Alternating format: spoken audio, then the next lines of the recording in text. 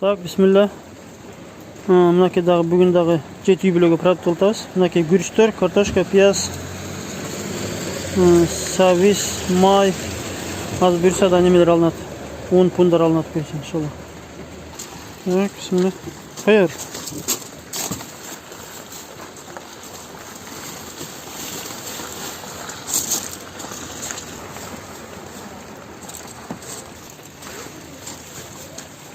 Так, мынакей. Kesme, vermişel, makaron, çay, tuz, tomat, önemli şeker. Kaldı. O salır.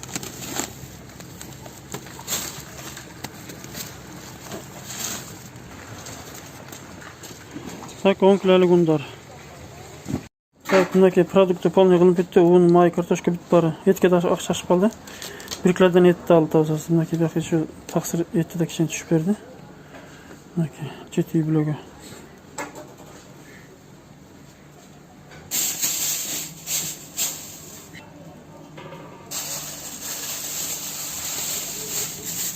Produktlar.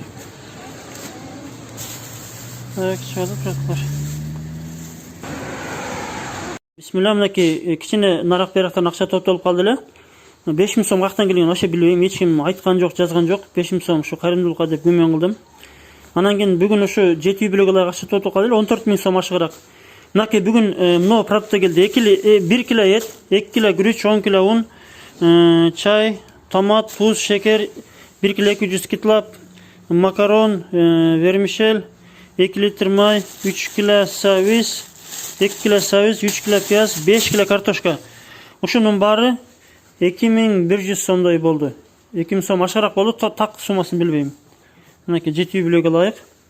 Bu Allah'ın berekesi. Şu 2000 so'm bilan bozorga kelsang shunchasi ala olmaysiz deysin.